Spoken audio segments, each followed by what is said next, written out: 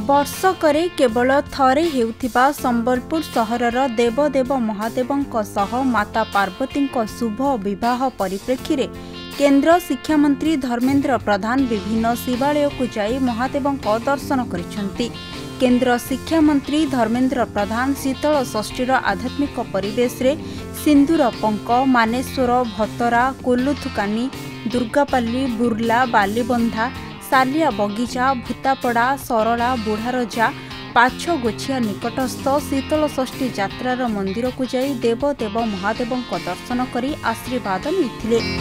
तेबे भगवान और साधारण भक्तंक एकाकार हेबार विरल लोक संस्कृतिर स्वरूप शीतल षष्ठी बोली केन्द्र शिक्षा मंत्री कहिथिले।